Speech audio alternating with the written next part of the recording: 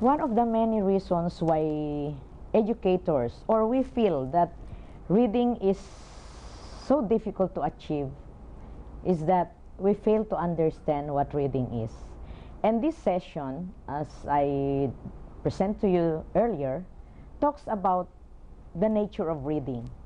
So let us understand why reading, or what is reading.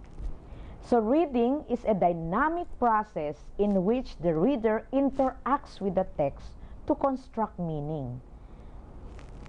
Let us focus on the word dynamic. What does dynamic mean? Dynamic means it's alive. So it's a process that is alive where the students interact with or the reader interacts with the text to be able to get the meaning. And inherent in that interaction with the text is the child's ability to activate prior knowledge and use different reading strategies and to adapt to the reading situation. What is the implication of that to us teachers? That it is important that we should be able to activate the prior knowledge of the readers so that they will be able to relate that to the text that they are reading. But in the classroom, what's happening in the classroom? Teachers or we just ask our students to open their book on page 5, let them read the stories and answer the questions on page 7. Where is that activating prior knowledge? How can our reader interact with the text when they don't even have any experience about the text? There are 5 alternative views about reading that, which were explained by reading experts. Number 1 is reading as a skill. Number 2, reading as a process. Reading as comprehension. Reading as development. And reading as a strategy. Let us talk about this one by one. The first one is reading as a skill. While readers' knowledge of language is recognized as an integral part of reading print, reading is viewed as a skill that is learned. In fact, reading is a unitary skill that we use to process text. So if reading is a skill, none of the learners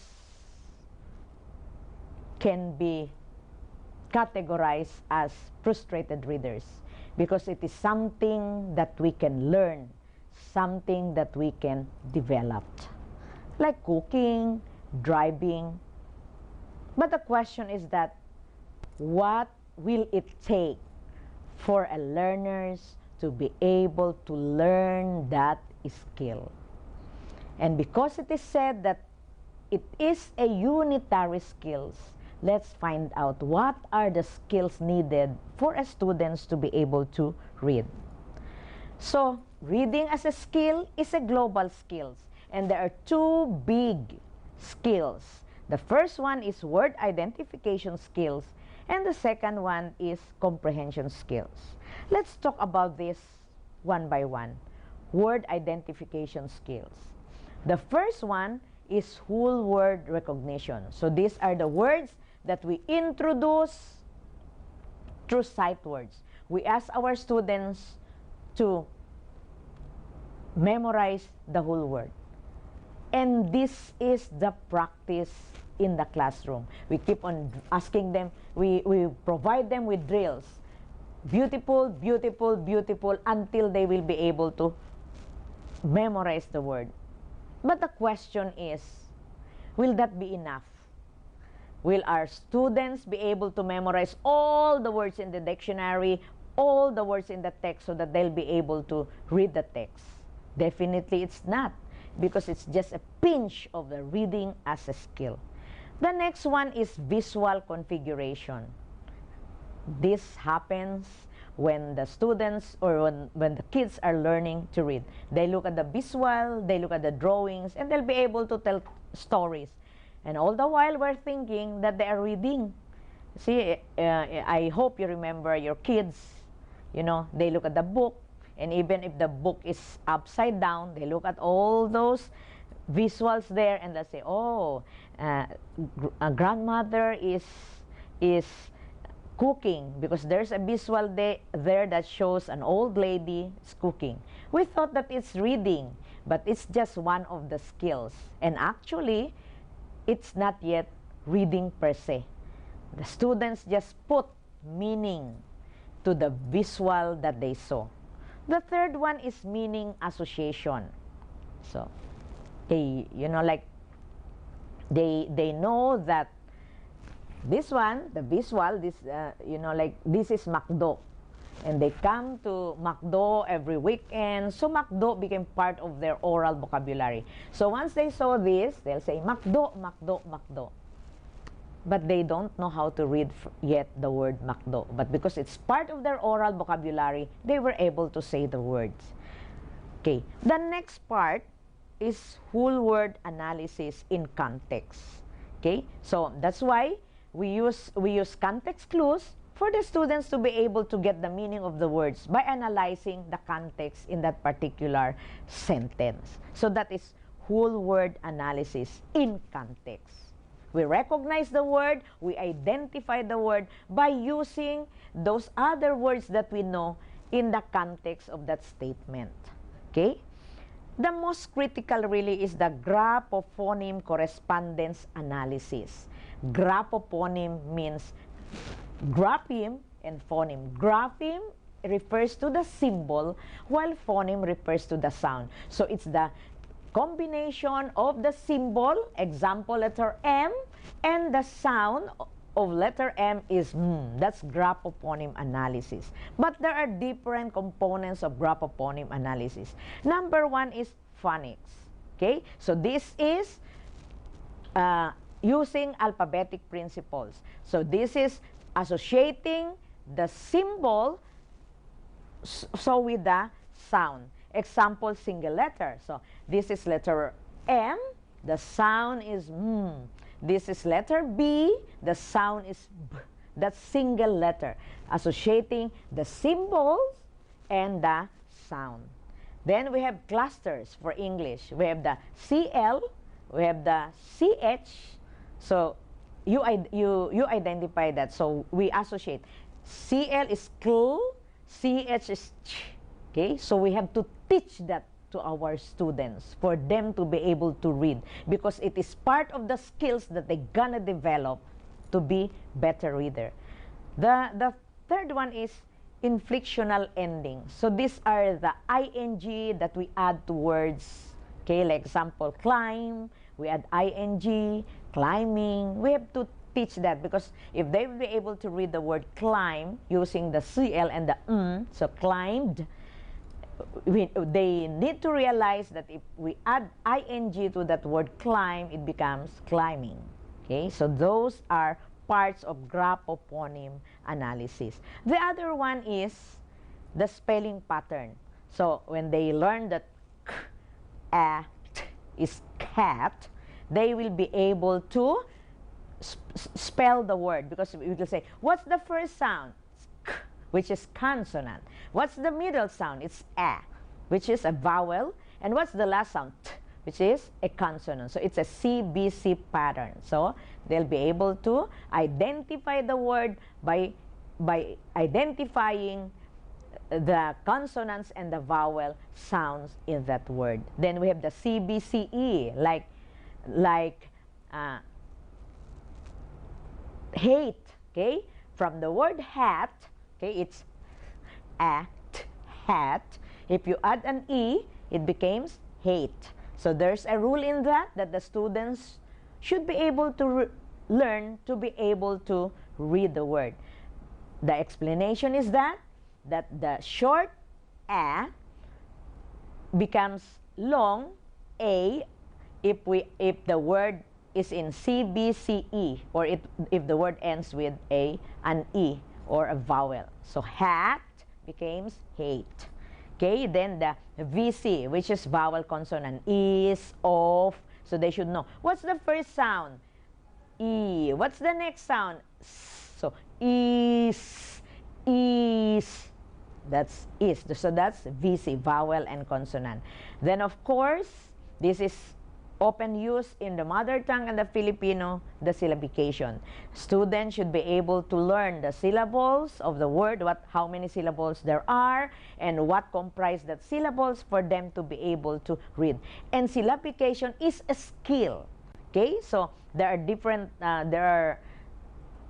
types of syllables. We have a word with 2 syllables, like doing, okay, 3 syllables or more. Then, of course, after they'll be able to read the words through syllables, there's also a way identifying or assigning accent to a word will also help them to be able to read the word correctly. Then the other part of the word identification is the whole word recognition. Of course, this talks about root words, prefixes, the suffixes. So what's the root word? Example, organ. Okay, so what's the organ? Then nization. Okay, or no, that's too broad. I think example of that is seedless. Okay, so what's the root word? Seed. What's the suffix rather? It's less. So what does seed means? Okay, and what does less mean? So seedless means without seed. So that is a skill within the reading as a skill. So those are the skills of the word identification skills. And most of that, especially the graphophoneme correspondences analysis, should be mastered in the K to 3 when the students are just learning how to read. Okay, so the other part of reading as a skill is the comprehension skills. Of course, we talk about making generalization, determining cause-effect relationships, summarizing, noting details, getting the main idea, and the rest of the comprehension skills. That is the focus of the higher levels. But mind you, even in the word identification skills, comprehension is already there. Because once you know that, once you will be able to read the cat, and the teacher will show the picture of a cat, the learners will be able to understand what cat is. And maybe you can talk a little about the cat to broaden their understanding of what a cat is. Okay, so that's reading as a skill. So the skills against strategies, because they should go together. So what are the skills and what will be the strategies? Example, for main idea. So your strategy will be evaluate, summarize. Then for identifying details, your strategy would be predict, evaluate, and summarize. For sequence, you can use predict and summarize. For drawing conclusion, you can use predict and summarize. Cause effect, you can use predict, question, and summarize. And for compare and contrast, you can use evaluate and summarize. Okay. Because reading is a skill, as a skill is very difficult, there is a need for us to provide scaffolding. The first is teacher-centered. So if we talk about explicit teaching, it's I do. You model, you show them, you model the sound, you show them how to blend the sound together to form syllable, to form words like at, the sounds of k, and you know the sound of letter C, which is k, the sound of letter A, which is a, and the sound of letter T, which is t. Okay, so that's modeling. So there should be a mini lecture from the teacher. Then we have teacher assisted. So we practice together, we produce the sounds together, we read the word together. Then it could also be peer assisted. They can work with peer, and that is the we do part in the explicit teaching. And as soon as they master it, you allow them to do it by themselves. So that's you do. Explicit teaching, I do, we do. It could be with the teacher and with the peer, and you do, which is the independent practice. Okay, and in that way, it is already student-centered, where they apply the thinking strategies and the during independent reading strategies. Okay, The second one is reading as a process. Reading as a process is also known as the meaning-making process. So it provides an explanation of how reading happens. To construct meaning, readers draw on or sample the language information available to them. So they will apply every skills that they develop in learning how to read, and they will process all of that to be able to comprehend the text. It's the part. But, you know, if you just ask the students to open the book and they will just read and answer the question, will you allow them? Do you allow them to process? And what will they process if you did not provide them the basic skills for them to use in processing the text that they are reading? Okay? So, according to a language-based model of the reading process, for the students to be able to get the meaning, the students will predict. So in predicting, they'll use the graphophonic language cues. Everything that they've learned about letter sound, correspondences, configurizing the elements that they saw in that text, okay? And then they confirm using syntactic language clues, because they know that this is the structure of the language, so they can say that, oh, this is really teacher, because it starts with okay. Those skills that learn in predicting how to read the words, and they will confirm because they use the syntactic clues that they also develop, because it is also a skill. Then they will relate it to their experiences, they sample it, apply it. Then after that, once they develop it, they'll be able to integrate it. It is only by then that they will be able to give meaning to what they're reading. So it's a process. But what is happening in the school, in the classroom? When we call the students, we want the students to answer the questions right away. We give them very little time to read. How can they process when they only have very little time to read?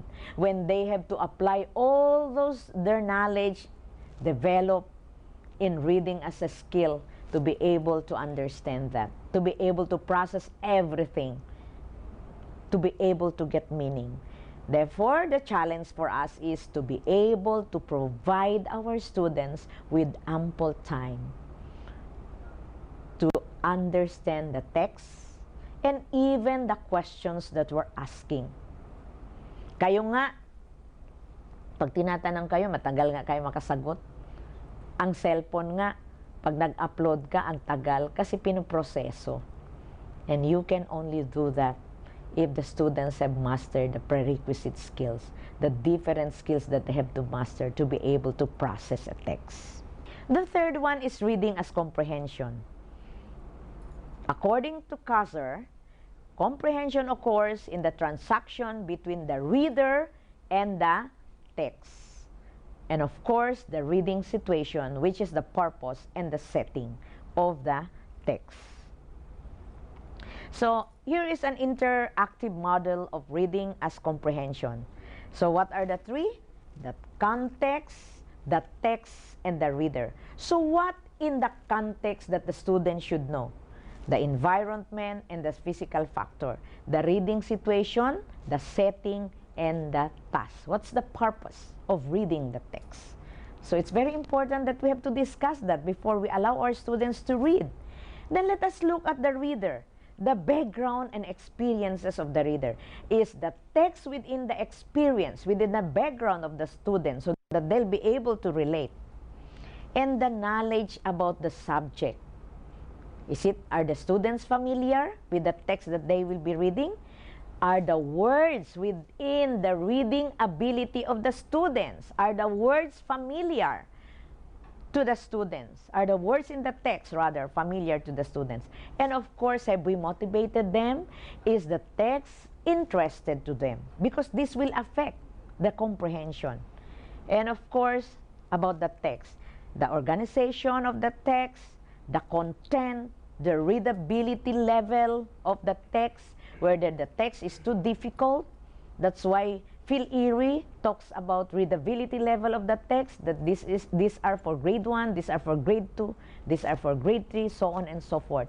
Because the readability level of the text will greatly affect the reading ability of the students. Because the reading ability of the students should be matched with the readability of the text. You cannot give a grade 2 students with a text that is grade 6, who has the readability level of a grade 6, because it does not match, and it will affect the students' ability to comprehend the text. And of course, the author's purpose. What's the purpose of the author? And that's why there is a need for us to really do pre-reading activities, because it's in the pre-reading activities that the students will be able to put everything, the preparatory skills that they need to be able to better understand the text.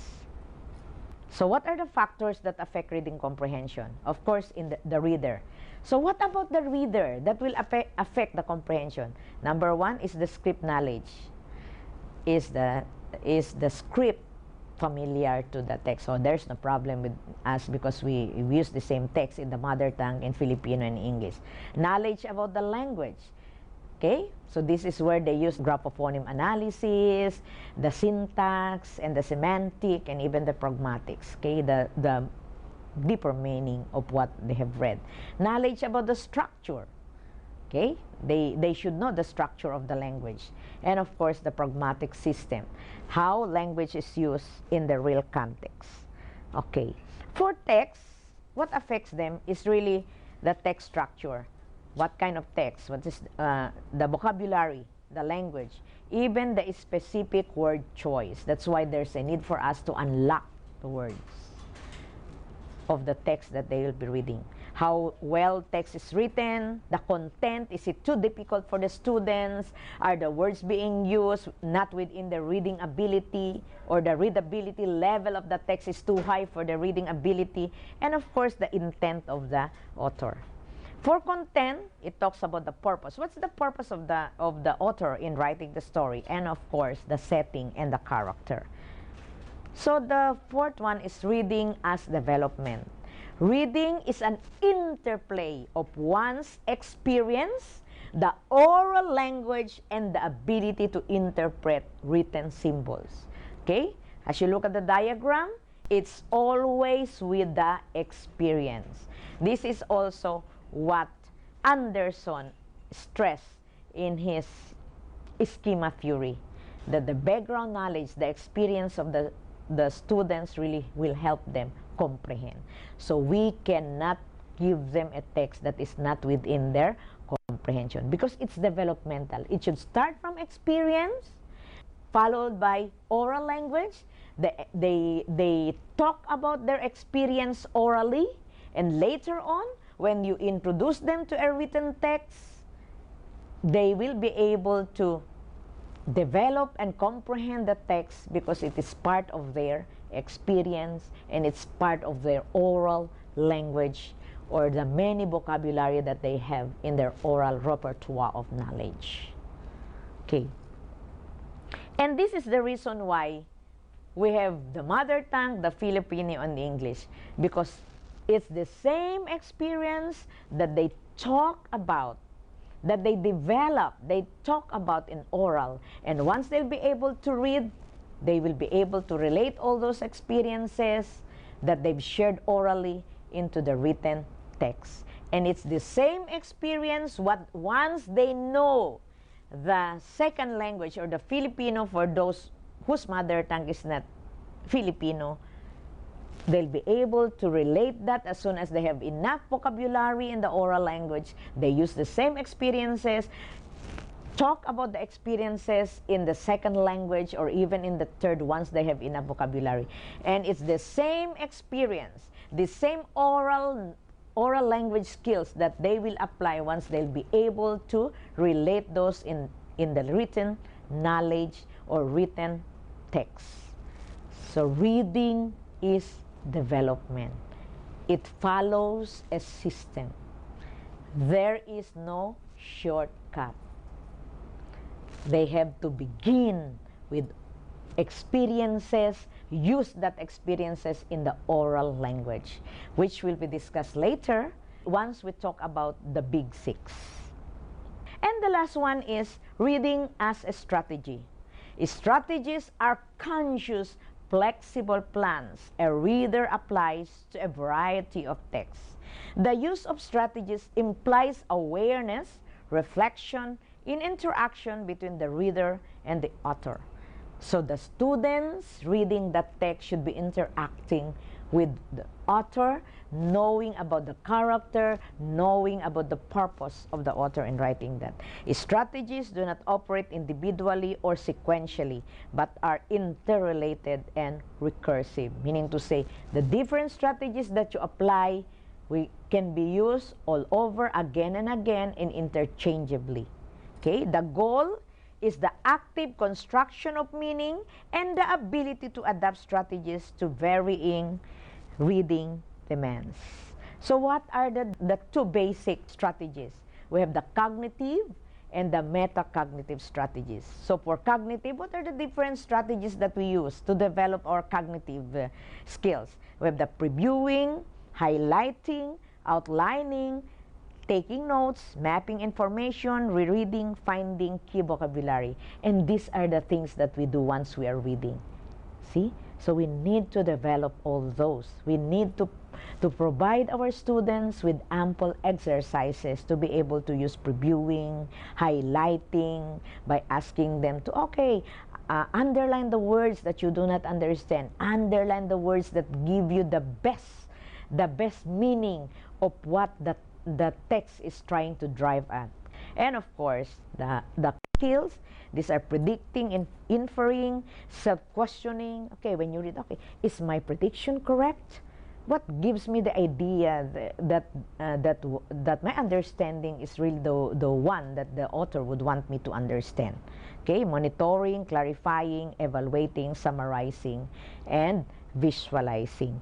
And these are critical skills for our students to be able to better understand what they read. So let us summarize. What are the 5 views about reading? Okay, and maybe before that we would be able to, shall we talk about reading? So what are the keywords about reading? That reading is what? A dynamic process. It's alive.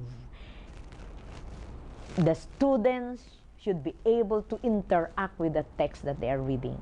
So it's never a dull moment. Then what are the 5 views? Reading as a skill. What's the takeaway? That reading, because reading is a skill, it can be learned.